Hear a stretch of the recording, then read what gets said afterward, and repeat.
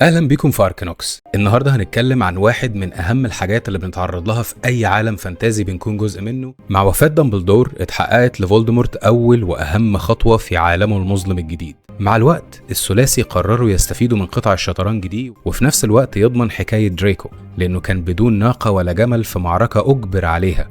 وده كان واضح من محاولاتهم للتواصل مع الهيئات السحريه في بلاد تانية زي بلغاريا وفرنسا، على يد ساحر اي نعم معروف انه قوي لكن مش مميز ولا حتى في صفوة الصفوة من أتباع فولدمورت. إنه شاب هادي محبوب متوازن نفسيا وقريب جدا من عائلة بوتر، وإمكانية بدءه لمدرسة صغيرة أو حتى ملجأ أيتام، وإعادة إدراجهم في المجتمع كسحرة أسوياء ومواطنين مفيدين زيه.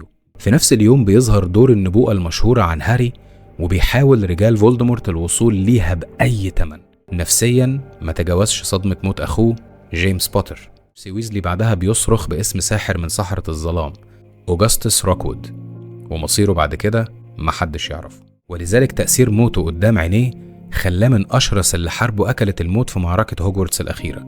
محدش كان عارف الدموع اللي على وشه دي كانت دموع غضب ولا دموع حزن، إلا إن الضحايا كانوا حوالي 50 ساحر بس، اللي راحت معاه حفل الشتاء الراقص وكانت معاه دايما لحد انفصالهم قبل المعركة الأخيرة. وتابعنا دايما على تيك توك وعلى انستجرام. شكرا واشوفكم في حكاية تانية.